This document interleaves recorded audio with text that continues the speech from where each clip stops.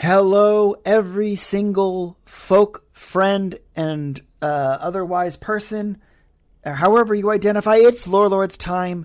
It's time for episode 37, and I have absolutely no goddamn idea what we're going to be talking about today because I actually just didn't ask. I'm sure you would have told me if I asked you. Probably not. No. Oh, okay. What an asshole. Anyway, everybody, I hope you enjoyed. Jesus Christ. This is the last episode. The infighting has gotten to be a little too much. No, it's not. I would have told you. If you wanted to know, I would have told you. I think the surprise does add a little bit of ooh to it. Oh, do you want to, one day when we decide to stop Lower Lords, is that how we're just going to do it? We're just going to just be like, you know what, guys, this is the last one. Yeah, we're just going to officially say it in the beginning. It's over, guys. By the way. Whoa. By the way, we had a huge fight over each other's wives, and that's it. That's Lower Lords. Yeah. We we patted them up and sent them in the ring, and then they fought each other. Yeah, and the winner declared that there was no more Lower Lords. So there's no more Lower Lords. That's it. I'm spending too much time with you and not with my wife, Angela. Angela and my wife, Changela. All right. So can this be canon for yes. for us? Is this that I'm married to an Angela and you're married to a Changela? Changela. Right. Every time people ask us, we just got to describe ourselves as two married men. Two married men. Two married white men. All right. So tonight's Lower Lords is episode 37. And I titled it Changes. It'll be noted why in a moment. Tonight, guys, if you listened to the episode before, I keep bringing it up in different episodes, but if you listened to our National Parks episode, we talked about skinwalkers, wendigos, and crawlers. Yeah, I remember that. Good time. Tonight's episode is going on a similar kind of road where we're covering another trio of monsters. Yeah, so we're doing another trio of monsters that have what I at least likely think is a similar origin. And they appear in cultures all over. So this time we're actually leaving North America. We're going worldwide, baby. Why would we go anywhere else? I mean, I kind of agree, but this time we're going to have to get our feet dirty. I'm joking. All right. Oh, my God. So we are leaving America for cryptids for kind of the first time. Everything's kind of been American, I think. That's exciting. That's exciting. The werewolf one was European, but... Yes, that's true. That's a bit different. Who gives a shit about that? We're also a bit different too. It's not really. It's hard for me to call that like a cryptid style, which we're also. This episode's kind of not really a cryptid style. It's kind of more like mythological, but ones that have kind of a cryptid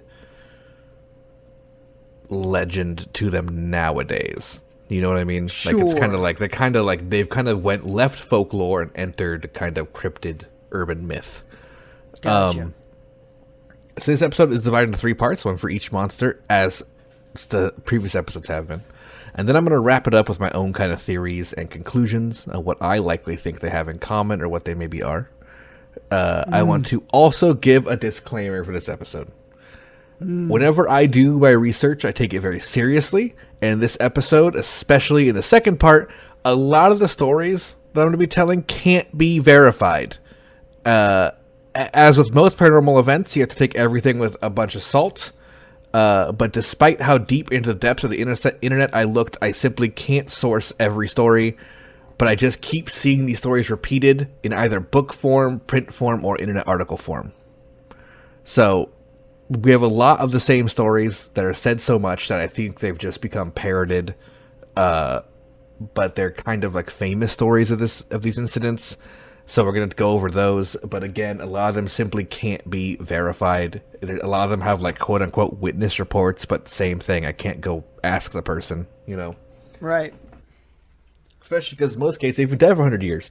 Yeah, we're going to go ahead and jump into the world of monsters once again with our first subject of tonight in part 1, the Changeling. Oh, I've heard of this. Yeah, you've definitely heard of the Changeling, right? This word appears in media all over. many different settings. When I was doing research online and I would search for Changeling, it ended up pointing me to Magic the Gathering cards. Most times it was like, oh, Magic the Gathering, Changeling, Magic the Gathering, Changeling. I just kept bringing it up. It's, before I got to any actual information on Changeling, even searching like Changeling Legends, the first thing that pops up is the price of a Changeling card for Magic the Gathering. But yeah, Changelings are all over media. They're present in shows like Supernatural, if you ever watched that show. Oh, that might be where I know it. Yeah, they're a pretty popular form of like kind of monster. And in many forms of media, they're shape-shifting creatures who take on others' forms. And in this legend, we kind of have two different changelings. There's that form, which is kind of like the modern take, which is mostly, I think, inspired by fiction things like Supernatural, for example. And then we also have the original changeling lore and what it comes from with the word. And it's very different than the people changing into people. In fact, they don't change appearance at all. Well, that's a dumb name for them then, huh? It makes a little bit of sense, but honestly, you're kind of not wrong. But I think our minds are a little corrupted by the more modern version. That's fair. So the first and original changeling is a type of fae. Oh, and okay. these guys have stories that date all the way back to old Celtic and Scandinavian cultures from around the Roman age.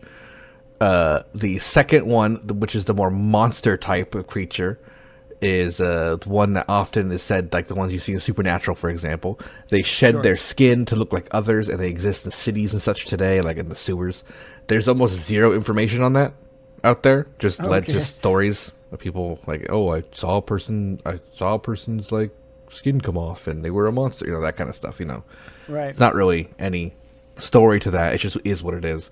Whereas the first one, the original Changeling legend, is present in almost all of European cultures. Every country has their own kind of changeling myth, and even places all over the world.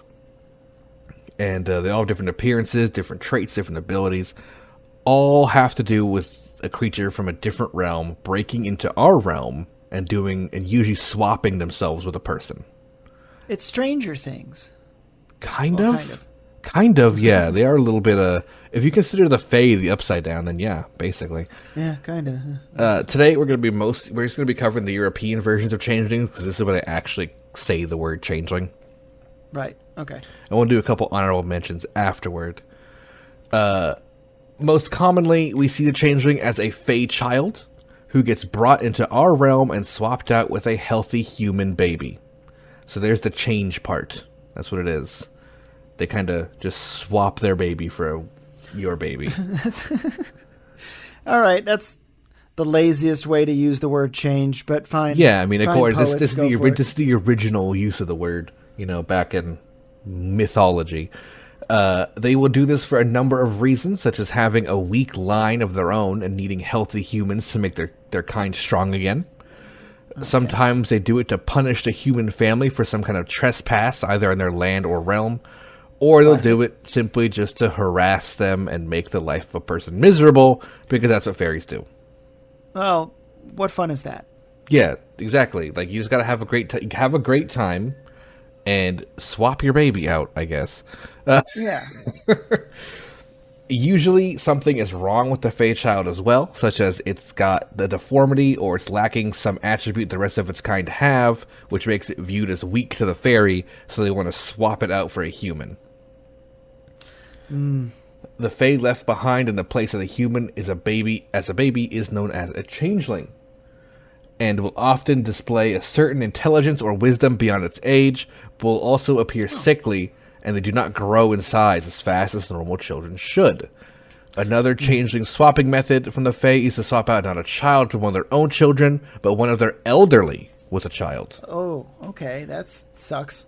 And what they'll do is they'll find old grandpa who's kind of on his last legs, right, over in Faeland, and they'll swap him out for a baby, because, fairies are small, right?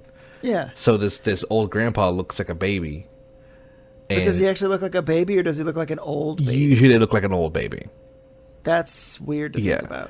And they do that so that this old grandpa can live the last of his days being, like, swaddled by humans' parents, right? Like, in comfort. And the parents know not the wiser. They just kind of look at the baby and be like, "Oh, I guess our baby looks old as shit now." We'll talk about that. Okay. It's gonna get a little fucked up soon. So to prevent being taken away, many parents would do things such as put iron scissors in their baby's crib due to fey creatures being afraid to touch iron. Now, if you ask me, that's pretty bad parenting. Why the fuck? Iron scissors next to a baby? Yeah, so usually, I guess the reason why scissors is because scissors were the most common iron thing you had. Like, you didn't really have other iron instruments except for scissors, so you would put it with the baby. Okay. But, you know... I guess that makes sense. Still, iron in general doesn't have to be pointy. It's still not a good thing. Like a cast iron skillet, just put that laying next to your baby. 100%, baby yeah. Swings the wrong way, and but why not make it a sharp object? You know, because you're right. Pans exist, and same with even a fire poker or like a shovel for like ashes would be better. Anyway, I don't know. I'm guessing they also came to the noticeable how noticeable of a bad idea that was, because the Swedish most notably began making cribs out of iron, so that the entire iron crib couldn't be approached by a fae. God, that must be so fucking heavy. Yeah, and uncomfortable for a baby. And if you know fae lore, you know that they can't touch iron. That's why this is a thing. Iron is like kryptonite to fairies. So if you take a lot of iron pills and stuff, you have a high iron diet, maybe you will be okay? That's like a great plot idea for like a modern story. Like I could see that in Supernatural. Everybody pound down some cheeseburgers, quick. Everyone's just eating cheeseburgers and taking iron supplements. Yeah. If you're looking at old cribs from the medieval era, through the 1800s, you'll see a lot of them are made out of iron. And this is why. This is the only reason why they make it out of iron, not wood. God, it's imagine moving. Yeah, not only that, it's more expensive. So there is zero practical reason to have an iron crib. It's simply to scare fairies away. And if you look at what's that? No, go ahead. Yeah. If you look at old, like if you go like antiquing for stuff, like even the 1800s, 1700s, you'll see, even American, you'll see iron cribs, and this is why. You know, now that you mention it, so I grew up in Massachusetts in a town called Rowley, and Rowley is like it's one of the oldest towns in America. It's got like houses on it that have plaques that were like, this house was constructed in 16 blah blah blah. This houses with names. 15, blah, blah. Yeah, exactly. We have like and that's like all our whole area. Newburyport, fun fact, Massachusetts was almost the capital of Massachusetts, but the harbor isn't big enough. Whereas Boston's is, and that's why. But that's the only reason. Anyway, what I was going to say was there's tons of antique stores around there because a lot of families stay there. You know, This is one of those things. It's like these families were the pilgrims, and they decided to continue living there. And so like there's tons of shit from like the 17 and 1800s that you can get, and iron cribs were definitely among them. Yeah, I just didn't think about it.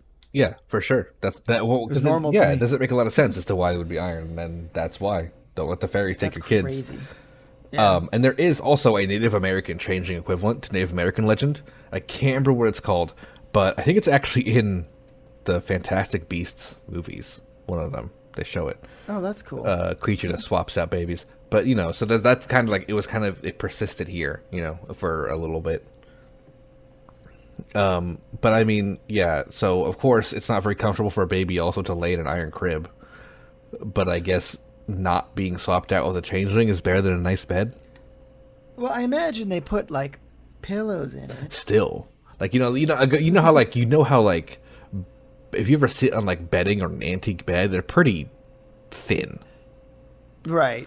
Like I feel like you would be sitting on like a feather, like a goose feather bedding with like just a hard ass iron slab underneath it. Dude, like a few years ago, I stayed at a place where this bed was just like what you're describing. I was like, this bed's like fucking like 120 years old. Like this is insanity. Oh God, I can't believe I ended up sleeping. Yeah, like nowadays, like spring beds are pretty old style. People don't really use those anymore. But pre-spring beds, like man, when it was just feathers, like that's rough. And I have had to sleep in one, staying in a very old manor house in New Mexico. And that's kind of cool, though. Was it haunted? Yes, it was. Yes. That's my ghost story. Same thing. Different year. But the year before my paranormal encounter in the same place, we had beds. They let us sleep on old antique beds. And then the year after that, I guess someone broke one, so they didn't let us do it anymore. Oh, They became sleeping bags on the floor. Anyway, back to Changelings. We're going to get back into the deeps of this myth. Because if you thought, Patty boy, young Pat, if you thought it was just children who were getting swapped out for Changelings, you're wrong. No. Yeah, because sometimes these fairies would like an adult human so much they would swap out with them. And this is where things got really weird. Because it's a lot harder for a fairy to swap out an adult. Because, like we talked about, fairies are small and childlike. So they can't just replace an adult, right? Yeah, that's ridiculous. So what they would do in this situation is the changeling would either be one of two things usually. In older myths, we see tales of them leaving behind large wooden logs or boards with a person's likeness carved into the wood. Okay. Probably not very good at tricking people into thinking that person was real. So what they changed it to, the second form, is we would see tales of them leaving behind homunculuses. Now, what do you know about homunculi, I should say? They're in Full Metal Alchemist Brotherhood. Okay. And Magic the Gathering too. They're like kind of like avatars, I guess. Yeah. So a homunculus is an artificial person, basically, is what it comes down to. But there's so many different ways to describe it. I found a couple stories talking about the fairies making homunculus. Some just call them living dolls. But they would look like a person, but they wouldn't act like a person. And they were weird. They were always weird. Like, they would have like little to no emotion. They would always seem like they're not fully there. Like, they kind of stare off in the distance a lot. That's really sad. That's just depression. People were looking at depressed people. Yeah, we're gonna get into more sad things about what this actually was in a little bit, but because another part of that is what these living dolls would do is they would just stop doing their day-to-day duties and prefer to lay in bed. Now that sounds pretty. That's depression. Yep, there's that. So, but how do you know they're a doll? Hit it with a hammer. And if they crack, they're a doll. I think a lot of people died. Yeah, probably. Anyway, so then... that's what it says. It says the disc you would be poked or prodded or hit with a hammer. And if you didn't crack, bruise, and bleed, you were a doll. But if you did any of those, you were a person still. Oh, don't worry, boss. You're definitely a human being. But then some people... What's that? You're dead? Oh, yeah. well. Some people would claim that the fairies learned how to make them bleed, so then you gotta hit him in the head with a hammer. Oh, my God. So, it's just whatever. And so, every culture has its own changing stories and myths, as well as ways to get rid of them. And we're going to now go through some of these. These are all going to be European countries, starting off with Germany. So the good old Germans believe that if you have a changing child and you're sure of it, you simply must interrogate it and get it to reveal its age. And then light it on fire. Now, once you know its age, it will run away, and your real child will be returned. And there's a few ways you can do this. You weren't wrong. The first way, you whip it and beat it, right? Oh, Jesus. Get the child, the changeling. Fucking Christ. You get the changeling child, you take your belt out and you whip it and you punch it until it gives its age. That doesn't work. You can do this, which is cook eggshells near it.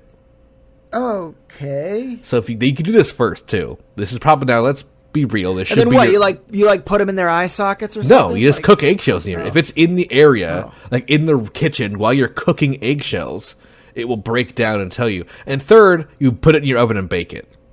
Human beings are fucking stupid. Yeah. So we don't deserve to continue. You could just bake the kid, and eventually, don't worry, nothing's going to happen to the kid when you put it in the oven. It's going to say, "Oh, I'm actually a 7,000-year-old fairy," and then leave, and your kid will show up again.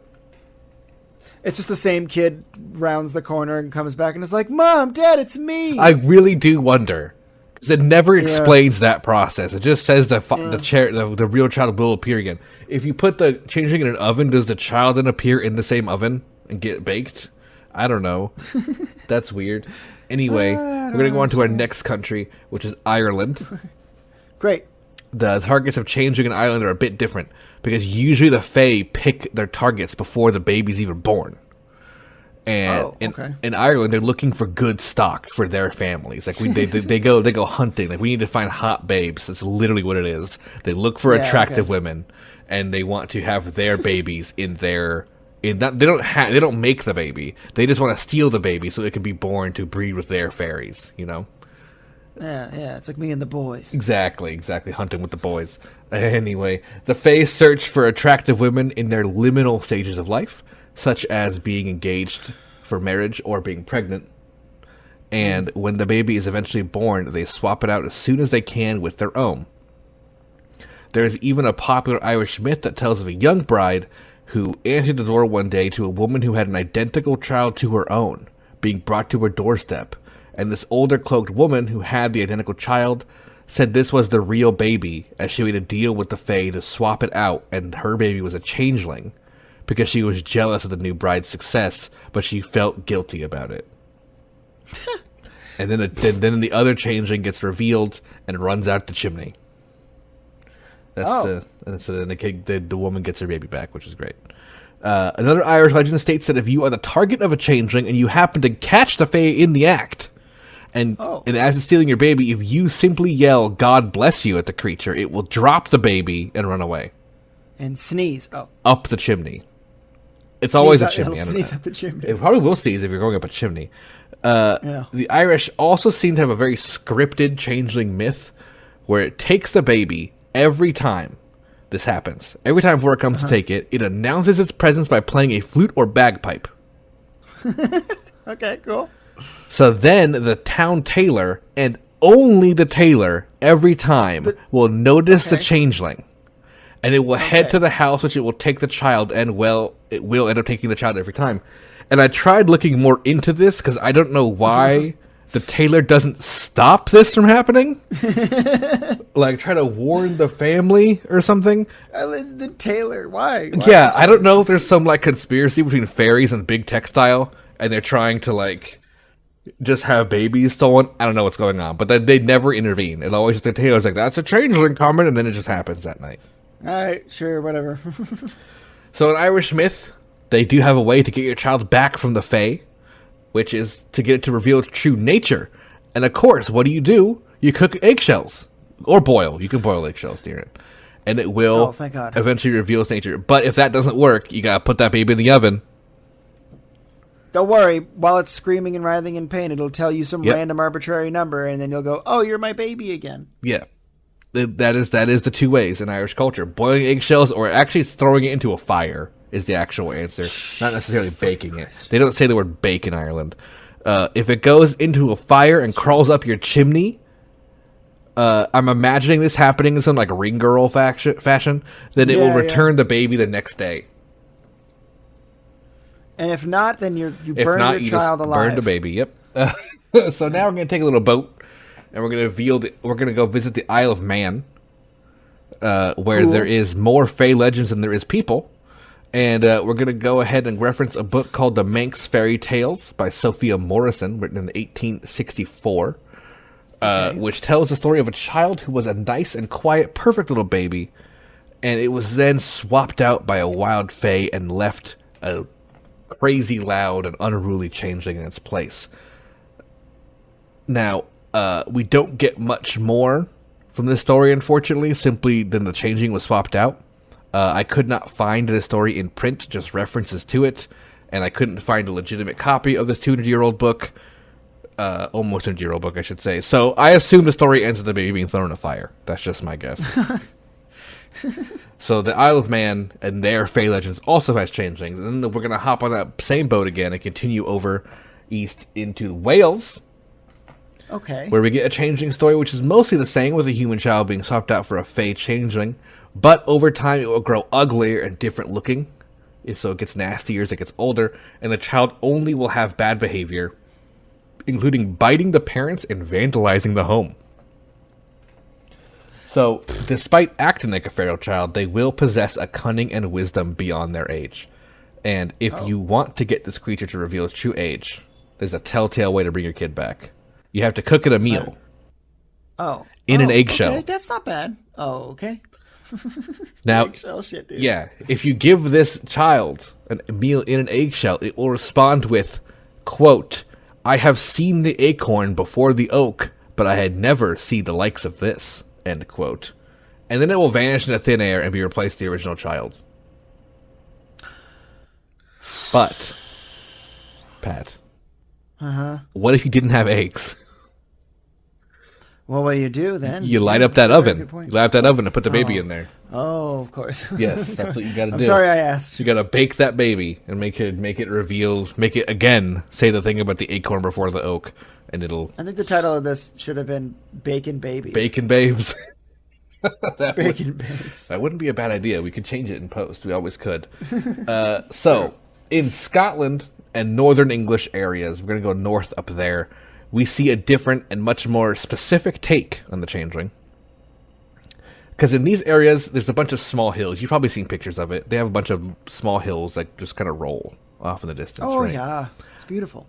The rolling hills. So these are known as elf hills. And the elves who lived in the elf hills will spirit away children or adults of families in towns that live near elf hills and take them back to the elf hill, where they will open a portal and take them back to Elfheim. And the babies would be replaced with a simulation baby, aka a changeling. Normally, an adult male elf. And why does the adult male elf want to do this? Because it wants to drink mother's milk from the teat. I hate it. I hate it. I hate it. So why? Of course, this is the fucking. It's got. They always have to go on this weird path. Something weird always has to happen. So when this happens, like the Irish changeling, before the elves come into town, they play bagpipes. That's my favorite part. I love it. I love they announce their presence musically. The elves are coming. Watch out for your babies. Yeah, the real baby would live among the elves in Elfheim, and it would eventually become an elf. Normal. Yeah. Yeah, and it would be a functioning member of their society, and usually they would actually, in the myth of elf lore, they could even ascend to high ranks of power because of their pure human blood, which is better than elf blood. Wow, that's a little sad. Don't be so hard on yourself, guys. Yeah, come on. Right.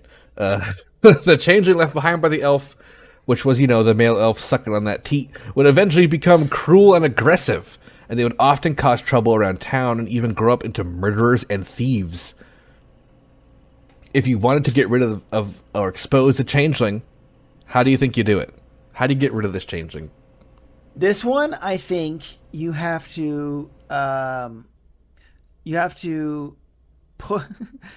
bake eggshells into a bread and then feed it to him, and if he eats it, he'll squawk 3 times and say, "Well, how'd you do? You figured out the mystery," and then he'll disappear and your kid will show up tomorrow. Or you throw it in the oven and bake it. So you were wrong on both accounts, but your first account, with how different it was, I'm going to go ahead and give you half a point for that one, because all you got to do is surprise it into laughing.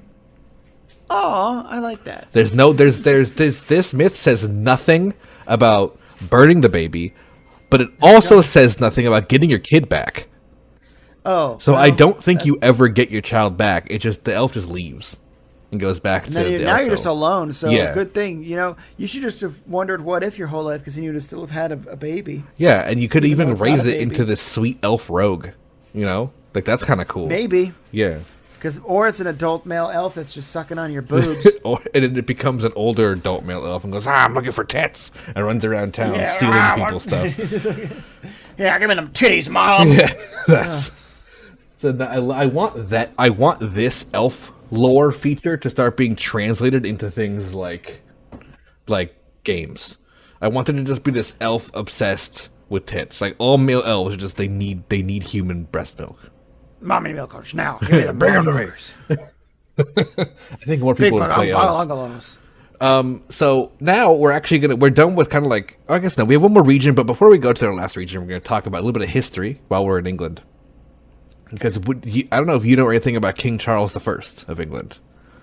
Don't know much. So he ruled 1625 to 1649. Okay. And he was rumored to have been a changeling. What? So the reason why is because when he was a child, he was very weird. He was said to have a peevish and strange, quote-unquote, nature. Peevish, huh? Yeah, and so he also had a report from a nursemaid who saw a strange cloaked figure appear mysteriously one night over his bedside and then drape a cloak over the baby. So this nursemaid was like, oh, the baby's magic. I don't know. But they apparently thought that that was a sign of a changeling. And it didn't help that as a kid he was sickly and short as well. So the rumors of him being a changeling were also, helped along by his reluctance to be public. He was an extremely private person. And his extreme political views. Because he wanted, when he got the crown, to have absolute authority and return to a dictatorship, unlike the, more figurehead role the king had at that time in England. Right. And he would only let his wife be with him alone. So he never let anyone in the room with him alone except for his wife. But in the end, all this act would get him executed. So. Well, that sucks. And they didn't burn him. So we'll never know if he's a changeling or not. So probably just a dirtbag. Yeah, he was just a bad dude. But our last region of changeling lore we're going to go to is Scandinavia. Okie dokie. This is a land rich with the Fae. This is a land rich with legends of Fae. And today we're going to be talking about one specifically, the troll. Now, trolls, you probably, of course, know what trolls are. But I'm sure you also probably know that they're like, a lot of the people in Scandinavia always think they're real. Like, even today, people kind of think they're real. Scandinavia. Trolls are fucking... Let them believe what they want. Yeah, watch the movie Troll Hunter. It's actually kind of cool. Really? Yeah. I think it's a Norwegian film. It's all in Norwegian, but it's about like modern day trolls. It's fantastic. They believe that there's subterranean creatures called the troll that is responsible for changeling problems in Scandinavia. This is where the fear of iron comes in for most Fae legends as well, because in the legends of the Scandinavian people and the Viking lore, the trolls are weak to iron. And since they're kind of associated with Fae, they put a lot of it kind of together, So it was the Swedish who first used iron charms for babies, such as those scissors we talked about earlier, to try to scare off the trolls. And this is also where we get into the fun reality of the changeling topic, starting in Scandinavia once Christendom took over. So when the Viking culture kind of went away, the changeling myth changed. Only children who were unbaptized would need iron to prevent being taken, because once you were baptized, trolls couldn't go near you anymore. Well, what do you know? That baptism sure does cure a lot of ailments, doesn't it? Yeah. So if your child did end up being taken before you could get to the church and baptize it, you were in luck, because your changeling child could reveal itself by bring back the original one if you whipped your child to near death. Oh my God. But if that didn't work, you could always bake it in an oven to have it reveal whether or not it was a changeling or not. God. And I do wonder how many times this yielded a child actually coming back. Because probably never. So we're actually leaving myth now at this point. We're out of the myth and we're going to the reality of the changeling. So the church, as mentioned before, changed the way people viewed the changeling. Changeling in history were likely different abled people with physical or mental situations that you could physically tell, when they were born. Right. It was commonly believed that changelings were simply children born with different forms of autism and even Down syndrome, or bad legs or arms due to complications either in the womb or at birth, where they would be twisted, And this is a very unfortunate truth, and that we see from this myth, and it gets even worse when the church gets involved. Because once they took over Europe, it became all about a way to get more people baptized. And the spread of the tale was that you could only get swapped out as a changeling if you were baptized. If you weren't baptized, was basically just like countries like Sweden that were newly Christian at the time. Right. They basically were subject to the fear mongering of the church, and it worked. People came in droves to baptize their kids because they were told, if you don't baptize your kid, a troll's going to take them. Oh my God. So yeah, and this is and these stories of like changelings, the myth kind of disappeared in society, and only now is passed down through stories written down. But back then, they're just passed from word of mouth from back in the Dark Ages. Yeah, I bet. So yeah, basically it was just, differently abled children being tortured, because that's humanity. Yeah. And last, I'm going to go over the modern changeling, which I mentioned earlier, just a little tiny bit, everything I could find out about it. There is stories of people that go, creatures, whatever you want to call them, that go bump in the night. That this is a featureless humanoid. It is often said to live in large cities where it goes unnoticed, and it can shed its entire skin to take on another person's appearance. Cool. The clues left behind, which people sometimes report finding, are entire shed human skins, kind of like in one giant flesh heap. Tarp? Like a lizard or a spider. Like when they molt, they leave that behind. That's what people find, like old white dry human skin that has a face on it and everything. That just reminds me of Naruto, but keep going. Okay, well, probably again, this is a very popular right bump in the night story. So people often report finding them in sewers and under bridges or homeless areas a lot. But most of these encounters is indistinguishable from creepypastas, fiction, and no sleep stories. It's really hard to tell what people are reporting, quote unquote, having witnessed or not. There was one I did see of he was a mall cop, and a guy kept breaking in at night, and he had no hair or face or anything. He had he just had no hair, no facial features, no nose, kind of Voldemort looking. And then one day, some people are born that way. Well, as the story goes, one day he found a pile of dead skin looking like that in the back dumpsters of the mall, and then the next day saw a guy wearing the person's exact same clothing, but with blonde hair and blue eyes, and they were breaking into stuff. So, I hate that. I hate that a lot. It's just that's one of the only stories I could find that was reported in the late 90s. Weird, but Yeah, that's weird. Whatever. That's fucked up. Sure. We got some honorable mentions of other changeling creatures. We have two of them. One is the Nigerian Obanje, which is a ghost, probably coming to Phasmophobia one day. It's a spirit who possesses women while they're pregnant, causes multiple stillborn children to be born, but eventually will have a successful birth with the spirit reincarnating in that child.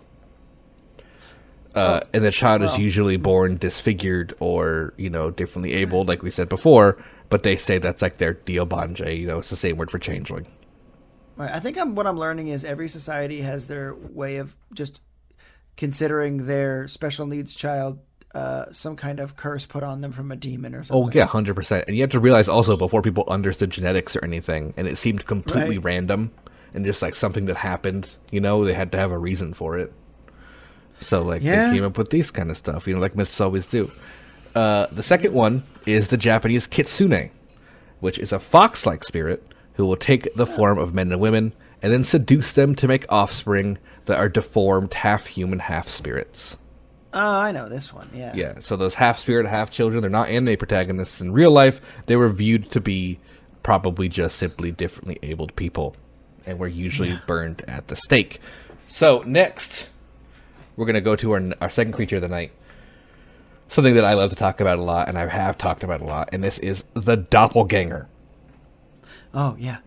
So, your reaction. You know what a doppelganger is, right? Of course, yeah. Yeah. So a doppelganger is a creature you encounter. It's unrelated to you, but looks exactly like you, as if it was your double. They're often seen throughout myth, however, as a ghost-like phenomenon, which I actually didn't even know until investigating this. I didn't know that either. Yeah. And they usually are a ghost that arrives as a harbinger of bad luck, which is a pretty common event in the paranormal world for things like banshees and even the Mothman. When you see them, it's oh, bad luck's coming, or something big is going to happen, They are mostly seen, however, like I mentioned, as ghosts or apparitions in mythology, and less of a physical entity. Whereas we talked about the changeling, which was purely a physical, baby swapped out, or monster man. These are more ghosts. Which, again, I just didn't know. I had no idea that was a thing. I always saw them as just your double that you see. Right. Which is, of course, that is a version of it as well. But not in the general sense of things. The word doppelganger is a compound German word from doppel meaning double and ganger meaning walker or goer. And the reason why I bring this up is because this is actually a modern term for it. The myth of the doppelganger goes back very far, even back to ancient, Egypt. Oh shit! But they all had different names for it. The word doppelganger came in the 1800s, which was written by the author Catherine Crowe in her book The Night Side of Nature, printed in 1848. That is the first That's a cool recorded way message. to say that. That's a real cool way to be like, I'm talking about spiritual crazy shit. Yeah, The Night Side of Nature. I know that's a great title name. You can actually read this book. It is available on Amazon to like read digitally, which is cool because it's from 1848. But yeah, before the word doppelganger, the word itself was fairly modern before the 1800s, and they would have a bunch of different names. Most commonly, were fetch was the most common name for it. That's like that line from Mean Girls. That's so fetch. Keep going. Yeah, very similar. Very similar. Mimic is another one. Or even simply the word double was another one people would say. Oh, yeah. I actually made a student film in high school called Doubles, and it was basically about doppelgangers. Yeah, it's another word for it. But yeah, it's used. The doppelganger term describes a ghost that mimic people's speech or appearance. That is the general rule for doppelganger. They're typically seen as a spirit trying to take over your life, being spawned either from your own spirit or soul, or some other malicious creature, or a physical entity raised into suffering that wants to kill you and take over your life to live in comfort. Why can't they just want to kiss? No, they gotta take over because they're terrible monsters. The only way to get rid of this kind of doppelganger is to kill it once it sees you, by the way. So if you see one, just take a knife out and stab it. This is all right, no problem. This is how most modern doppelganger stories go, and the longer you wait to take it out, the stronger it gets. And most modern doppelganger stories end with a death match between the person and doppelganger, you know? That makes sense, which is kind of badass. Yeah. But if you look into history and accounts of doppelganger stories, you'll see this is not really the case. It's usually a spirit or ghost that is either haunting a person or even created by the person, willingly or not. Oh.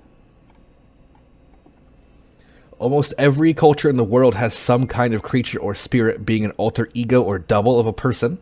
They have become somewhat of a modern Western fairy tale, but in almost every culture you can find the root to it. Every year, tons of people report doppelganger encounters, either their own or seeing someone else's. Dating back, like I mentioned earlier, to ancient Egypt, there's a creature called the Ka, K-A, which is a spirit double. And we don't fully know their role in mythology, but it seems very similar to that of a doppelganger. The fetch was a common term for doppelgangers that comes from Ireland, referring to a spirit that looks exactly like you and is seen as an omen of your coming death because you're actually seeing your own ghost. That after you die, it comes back to get a last look at yourself. That's so sad and It beautiful, is. but mostly sad. It is really, it's kind of sad and like a little, like, it's like kind of harsh, you know, like, oh. Yeah. Like you know you're going to die because you just saw your own ghost, you know. It's like, oh man, like... So many people, however, know the doppelganger as not a ghost-type entity, but a physical being, which we talked a little bit about. Right. And modern media portrays as creatures like this, and it really enforces it. The 2019 film Us by Jordan Peele, which, by the way, is absolutely fantastic. I recommend watching it. Deals with doppelgangers, and they call them as tethers. That's what they call them in that. They made a new word for it. Well, that's fine. These are physical forms of a doppelganger who want to take over your life. This form of doppelganger has become so popular that people have even started using the term tether in the place of doppelganger, referring to urban legends of doppelgangers. So we're starting to see a new transition in folklore where the word tether is being used as a physical version, the non-ghost doppelganger. I have to see that movie still. Very good. Can't recommend enough. Most legends and old stories ever deal with the spirit version of the doppelganger. Many believe they are the ethereal counterpart of our physical body, a disconnected part of our soul or mind that can even be conjured through intense thought or emotion. That's kind of cool. Yeah. It's almost like conjuring something. In the autobiography of poet William Butler Yeats, he writes that one night when thinking intensely on one of his students, he managed to physically appear in front of the student in the middle of the night and give him a message. But the next day when Yeats was informed of this, he had no knowledge of this happening. The student also, who reported this, documented the apparition had a personality of its own entirely and acted very differently before vanishing. Oh, that's weird. So, again, kind of going this alter ego idea. You know, like they're not you. They're a different version of you. Yeah, apparently they're kind of dicks too. Maybe. It could be, yeah. I mean, usually, yeah. They're never there to shake your hand and say, nice hair, dude. They're usually there to shake a knife into your heart. Yeah. So I have collected a few stories on doppelgangers from various websites online, such as the ever-reputable Wikipedia, a book called The Directory of Possibilities by John Grant, a few other small websites where most of the stories I already saw have been copied, and again, take all this with a grain of salt because I cannot source literally any of these stories outside of one in particular, which I'll mention when we get there. So the first story is a French schoolworker named Emily Seguet, who had lost 18 jobs between the years 1829 and 1845, and the reason for her firing was her doppelganger would constantly appear to terrify her peers. One instance when Emily was outside picking flowers when she saw the teacher enter the room and got worried about being disciplined because she was late for being inside. So she was basically outside she was slow. She's a slow worker. Yeah. Probably the real reason she got fired. But, Yeah, probably. So she was still doing something outside, needed to be inside. But in her panic, she manifested a doppelganger to be in the room to take her place. Students in the yard witnessed this and noticed that during this event that Emily was extremely pale and quiet and not moving while this doppelganger was acting like her in the classroom. That's weird. So almost like she was straining herself to conjure some kind of, right, astral doppelganger. So it's like there was only enough energy for one body to function at a time. And she was just kind of sitting there almost passing out in the outside. So, there's that one. And the second story, this is the most witnessed story, which there is a little bit of sourcing for because it didn't take place that long ago. It took place in 1883, and there was a lot of witnesses as it was kind of a public thing that happened. Oh, okay. This is the story of British Vice Admiral Sir George Tyrone, again in 1883. The Admiral was walking through, though not speaking a word to anyone, his wife's party, as she was just throwing a big party at their house, and he crossed his manor home's drawing room. And when he was seen, many people greeted him, they called out to him, they waved him over, tons of guests at the parties. The problem with this is, at this time, he was maneuvering his ship, the HMS Victoria, off the coast of Syria, where it ended up getting sunk, and the Vice Admiral will go down with his ship later that same day. So, at the same time his ship was sunk in Syria, he was at his home party in England. But he didn't acknowledge or know or speak to anybody. But, so, what was he seen a lot after? No, he was the last day he was ever seen. He died in reality, and people saw him at the party at the same time he was dying. I think crazy. From what I could tell looking into this case, he did die a couple hours after that, but the ship was sinking for 4 hours when they were trying to save it. Oh, wow. So they were trying, it was a slow sink. It was damaged in battle. And the HMS Victoria that was a big ship. So, it was they were trying to save the ship, and it was going down. But, because he's a Vice Admiral, he can't get out, he has to go down with the ship. That's, the rules. So, he was... I want to see, a bunch of vignettes of this. Yeah, Netflix needs to fund these stories, but, yeah, cool. It'd be a little... I could see that as, a 90s TV show. Kind of like Outer Limits, X-Files, Doppelganger Tales. Little stuff like that, Flesh him out with a bunch of stuff that didn't actually happen, but, makes it a better TV episode. Because that's all there is on the story. Everything I just said, that's the whole story. But that'd be a good episode. Yeah. It's just so, who knows? Maybe he was dying and in his intense emotion conjured a doppelganger to arrive at home because that's all he wanted to be. He just wanted to be back home with his wife. And then his doppelganger just whipped out its dick in front of all the party guests. It was like, and no, not again. No, that's not what Why does my doppelganger always do this? He's just imagining he's just crying on the boat as it's sinking. Man, I really wish I was holding my wife right now and my kids. Oh my god! And then all of a sudden he's like, I've conjured a doppelganger that just runs in there with its pants down. Doppelganger pulls his pants down, just drinking all the alcohol at the party, just fucking throwing shit around. No, the doppelganger specifically didn't even make eye contact with anybody, and I guess it was described as walking with purpose. Kind of he was walking through a room briskly, he had to go through the room. Yeah. But then when he left the room, no one never saw him again.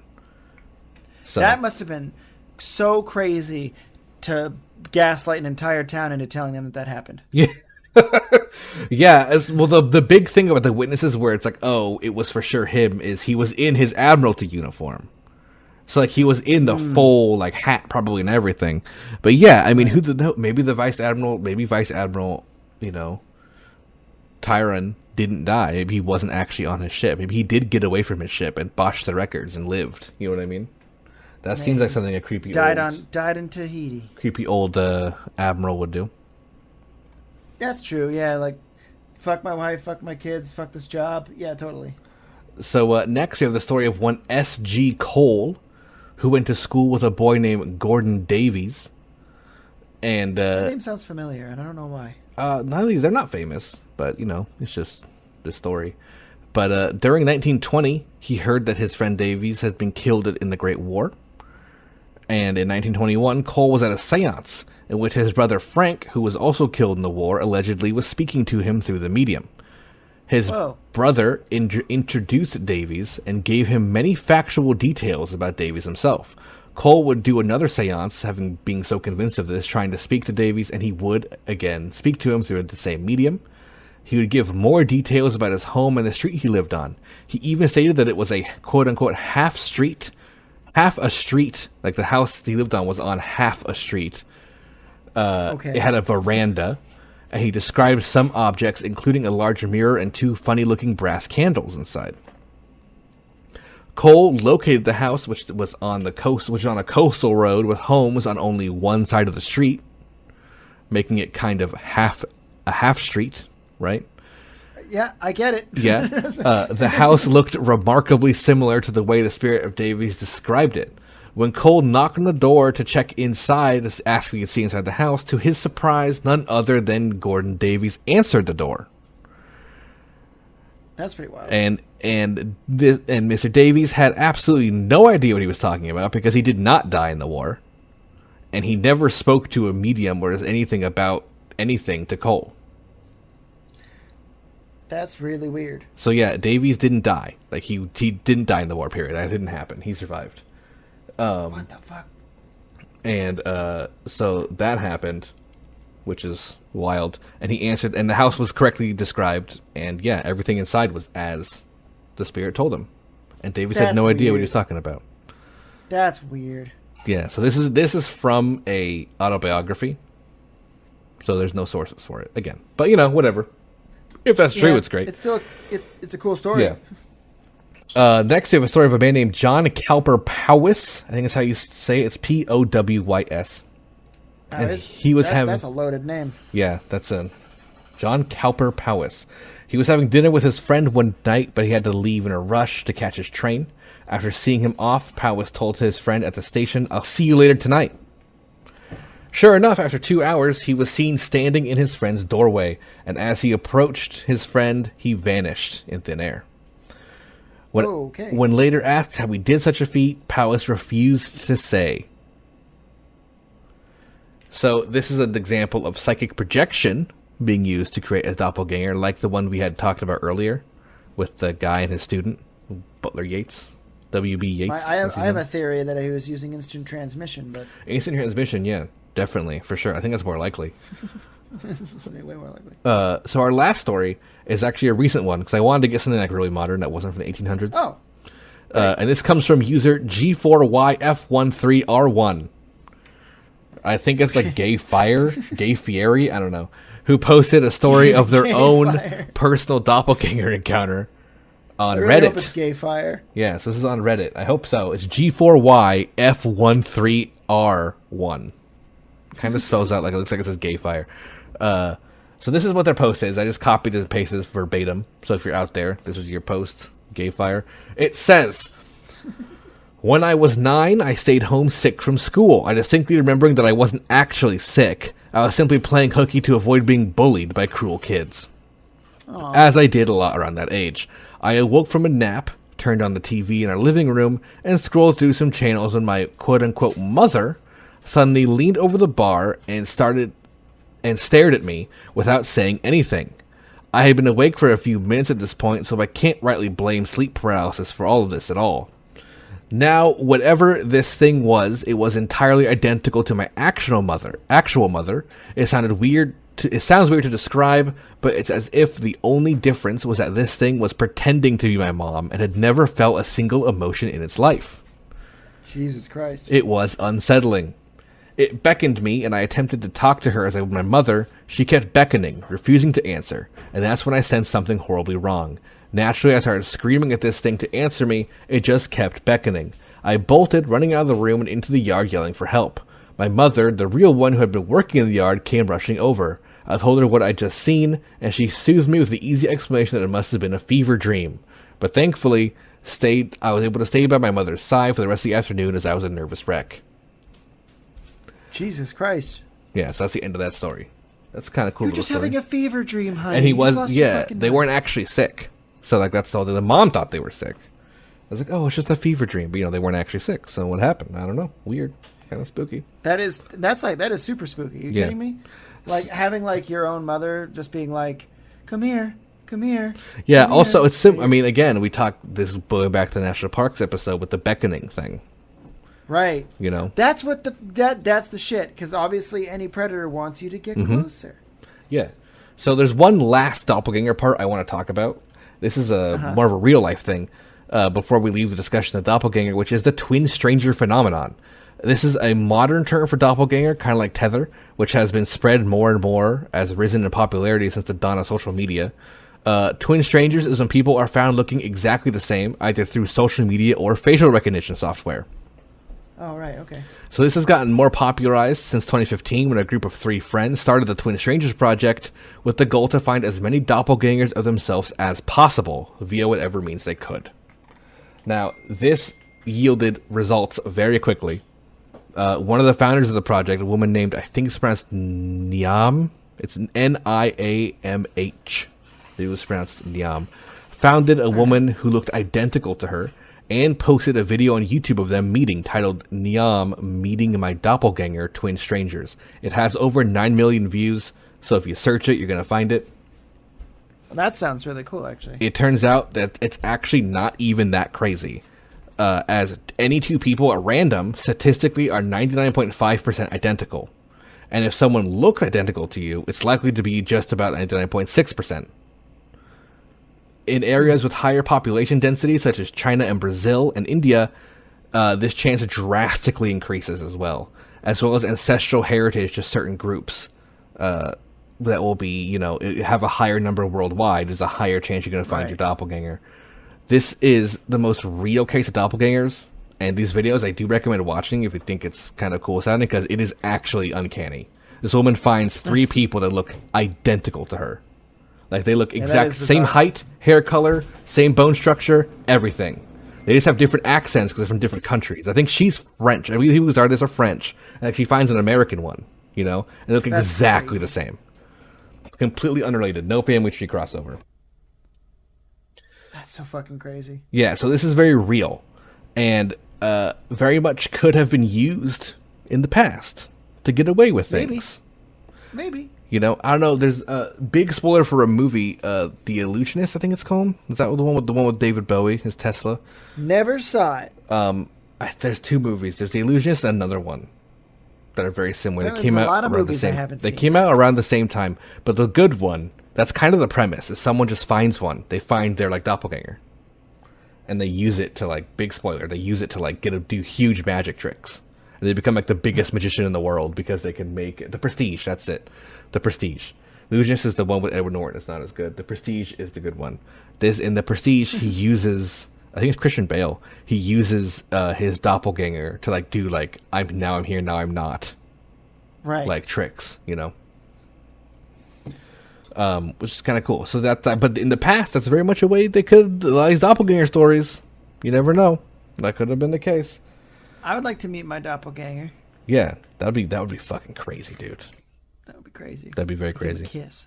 Big kiss. So now we are going into the final monster of the night in part 3, Black-Eyed Children. You heard of Black-Eyed Children, Pat? Yeah, because they grew up to be the pop sensation, the Black-Eyed Peas. No, they did not, because they would still be kids today. So this story goes back to the 1980s. So this is a very recent one. And this is when we started seeing stories circulate around the United States, Canada, and Mexico primarily of children being seen in groups, being seen alone, or being seen in pairs, anywhere from ages 6 to 16, with fully blacked out eyes. Okay. So this is a pretty. I don't like it. This is pretty weird, and this is definitely wouldn't make me feel comfortable if I saw this. But it's not just the appearance of them; it's what they do and how they act. So these children are often seen sitting on stoops, staring at you, loitering around alleyways, alleyways or street corners, and lastly, coming to your doorstep. They're coming home to you. Yeah, you don't want that, I think. They often... if they're just kids, I could beat the shit out of a kid. Yeah, they might not be, though. There hasn't really been any stories of someone trying to beat him up, so I actually don't know what would happen. But it's the kid. So often what happens is if they're on the street corner and you're stopped at a red light, they approach your car and they ask to be let in. No. They'll often say out loud, our parents dropped them off. Or they'll say their parents dropped them off, they need to go home. They're lost, they need help. Something along those lines, right? But when they speak, it's fully monotone and there's no emotion in it. Like, I'm lost and need help. That's like all the kid will say. Yeah. And they won't make eye contact with you either. They just don't look at your eyes. Usually they'll have their head hang down. It's a similar situation to the ones who approach your doorstep at home. They'll ask to be let inside. They'll say they're lost. They need to wait for their parents. If you answer your door, however, it is said that they now know someone lives there and they're willing to answer their door. And they'll likely return to knock again, or they'll cause maybe some strange events to happen around your house.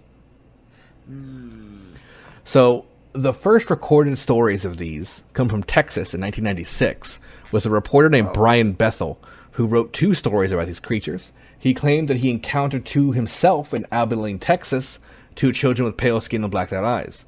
But Bethel also tells a whole other story about it, which we'll talk about in a little bit, because he would be telling these stories again in 2012 on the TV show Monsters and Mysteries in America. And he would then proceed to write another article for the Abilene Reporter News after this, kind of when they got renewed interest in the topic after that show. So the main story he tells is of an elderly couple in an undisclosed location in Vermont. On a snowy day, they opened their door and saw 2 children, a boy and a girl. The kids simply said, "Parents will be here soon. May we come in?" And the children would not make eye contact with them, but, of course, the elderly nice couple didn't want them just standing in the doorway in the cold, so they let them in. But when that happened, the couple did report that they were feeling very hesitant about it, because something was off about these kids. Right. The kids eventually did, however, come inside and sit on their couch, and the wife noted that one of the cat that was nearby was super angry and scared of the kids and hissing at them, and the kids had no reaction to it. Yeah, cats they know things. Cats and dogs both. Yeah. So after a little while after that, one of the kids looked up and said, "May we use the restroom?" and made eye contact, and that's when she noticed their eyes were solid black. And in shock, she directed them just immediately to the bathroom, and then she turned to her husband and asked, "Did you see their eyes?" Her husband at the time was covering his face, and revealed his hand to be full of blood from a sudden nosebleed. Oh, that's not cool. The power soon went out in the house, and their kids stated, "Our parents are here," after the power went out. Oh, okay. And they left the house, leaving the door wide open, to which 2 men at the end of the driveway, who were very tall, wearing all black, in a black car, took the kids in their car and drove away. Okay. The power came back on during the next week, but things kept happening around their house. They had 4 cats that would all go missing. Only one of them would show up when they found it dead in a pool of its own blood. Jesus Christ. The husband ended up having nonstop nosebleeds every day, so ended up going to a doctor who diagnosed him with a severe and aggressive form of skin cancer that was only in that one spot on his nose. Oh, what the fuck? Inside the nose, too. And very kind of not something not how skin cancer works. So yeah, that's the end of that story. And that was reported by a guy. He did not disclose their names or their location because they did not want to be famous. So it could be, fake. It could just be a fiction story, but that It's a great story though. Yeah. If it's fake, I hope it's fake. the That's big reporter short I stakes. This is great. looked into Brian Bethel, and he is not. This is his only thing like this. You know what I mean? So I don't think it. I believe that someone did tell the story to him, at that much at most. You know what I mean? I don't think he himself wrote it. At least someone else could have made it up and told it, right? But I've never heard of these things before. They're a little popular. Now, they're kind of, the popularity has already kind of faded from them, but in like the early 2010s, they were pretty big. Man, I would have loved to have seen some stuff about it, because that's a wild story, man. Yeah, we're going to get a little bit of more stories here. In 2014, the Daily Star, which is a tabloid in the UK, would write 3 front-page stories of sightings of black-eyed children in a famous haunted pub in the city of Staffordshire. The tabloid claimed that there had been a shocking rise in sightings of black-eyed children around the world, and many ghost hunters and paranormal investigators took this very seriously, as they may be anything from ghosts to aliens to vampires. In October of 2021, Daily Star again would visit Staffordshire, as sightings of the black-eyed child was happening so frequently, it was putting the town in a state of terror. They would dispatch ghost hunter Lee Brickley, who was brought in to get some answers.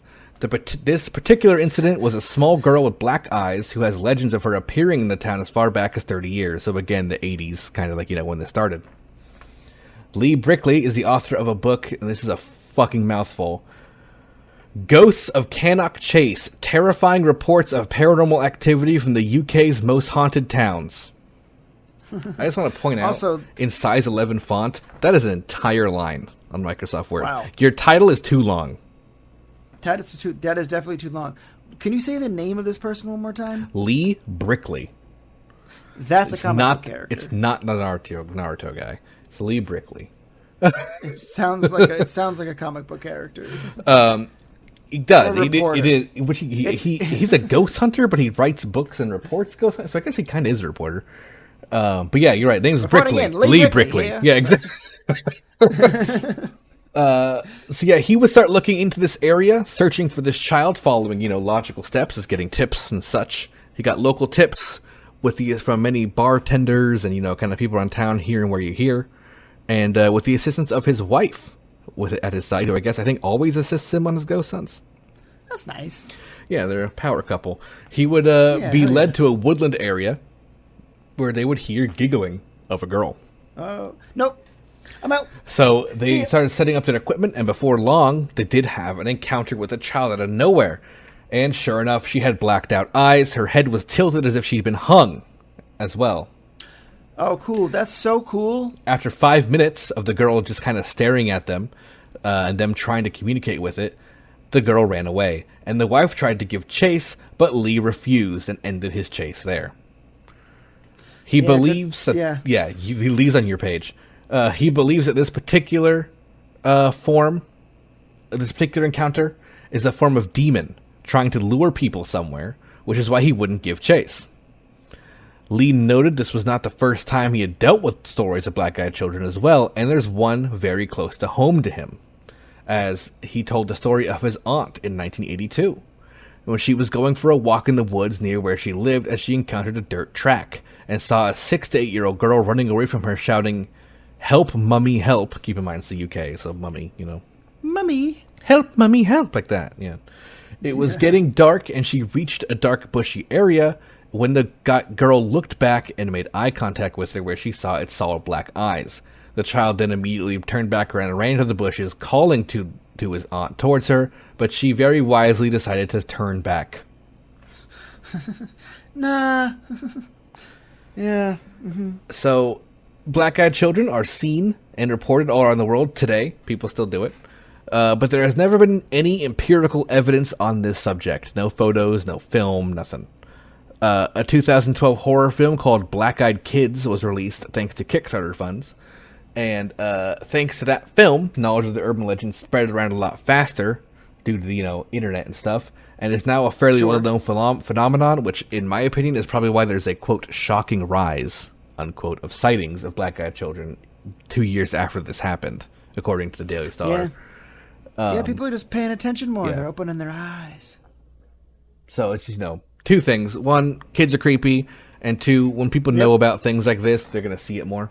So there's that, Yep. But that's all we got on Black Eyed Kids. It's the shortest part of the monsters, but because there's not that many more stories out there. Just people That's still saying kind they of a found fresh them. thing. Yeah. I just think it's a glitch in the simulation. The kids having black eyes and being weird, like they were programmed wrong. Yeah, that's all. Because that's it. I think they're deep. So the biggest thing to me about the Black Eyed Kids. Okay, before we even go into it, let's go into my last part because this is where I talk about it. My part 4, my conclusion. Right. Changeling and Doppelgangers and even Black Eyed Children are 3 things that I see a lot in common with. Sure. Firstly, they're old.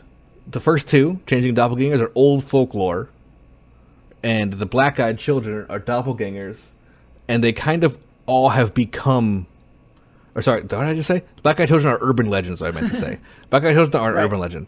And to me, the term urban legend is just a modern term for folklore.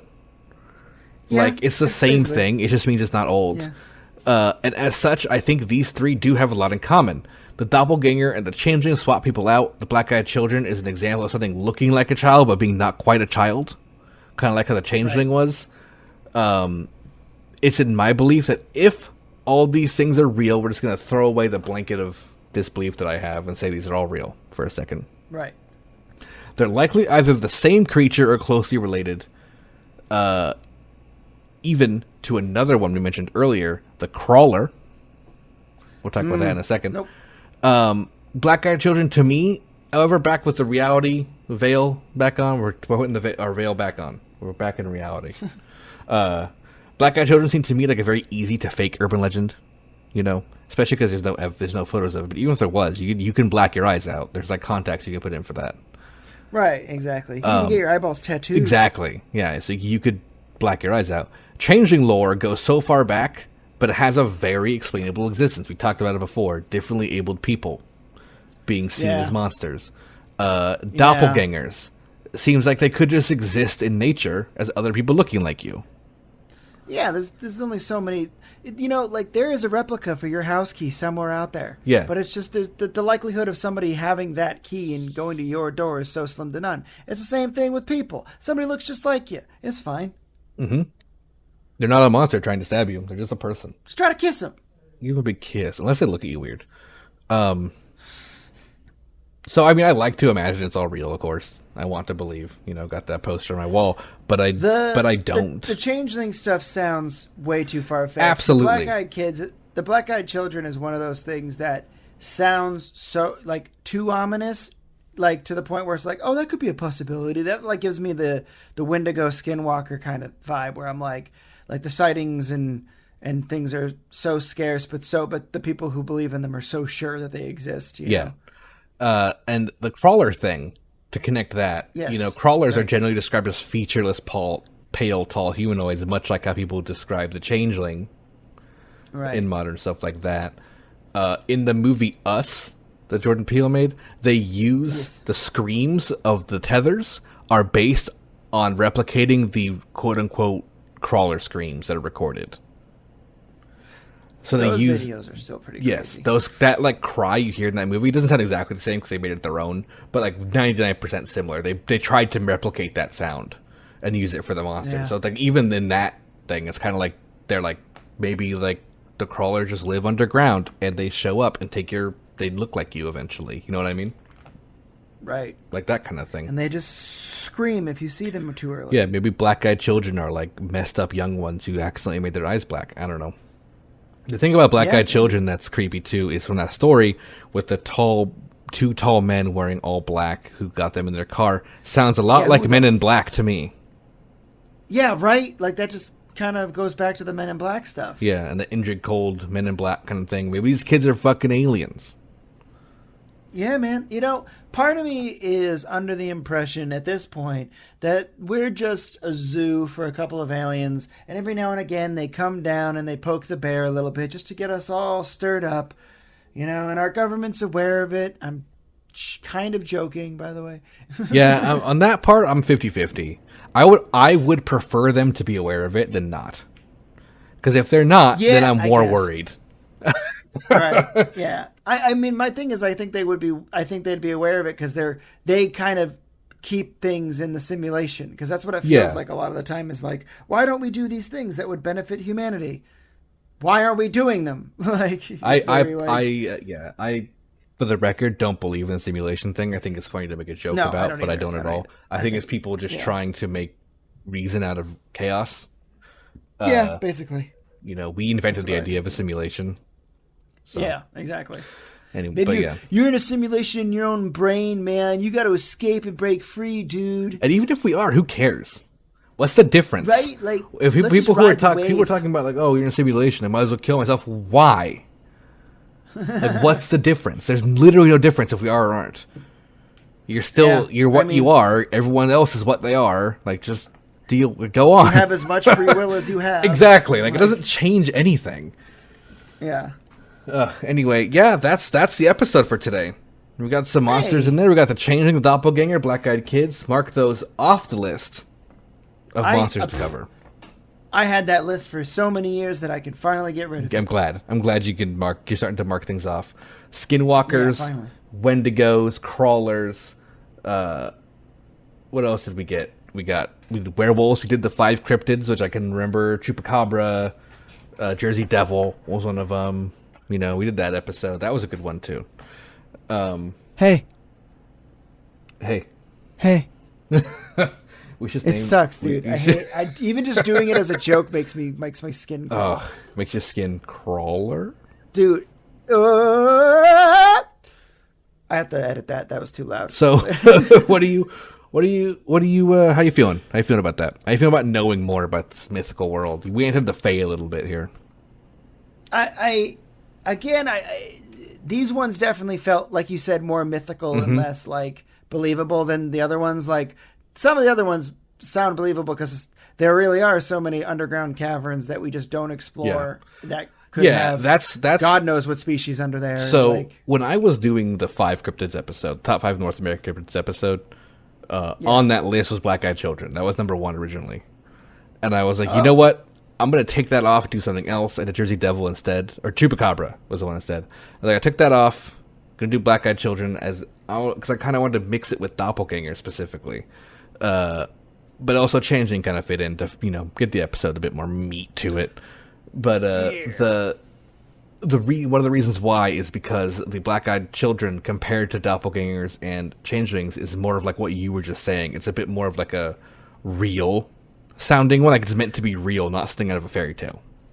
Yeah, like you can put the logical connection of how these things could possibly exist. Yeah, it's very easy to jump from Black-Eyed Children. You can go in the direction of cryptid, ghost, and alien.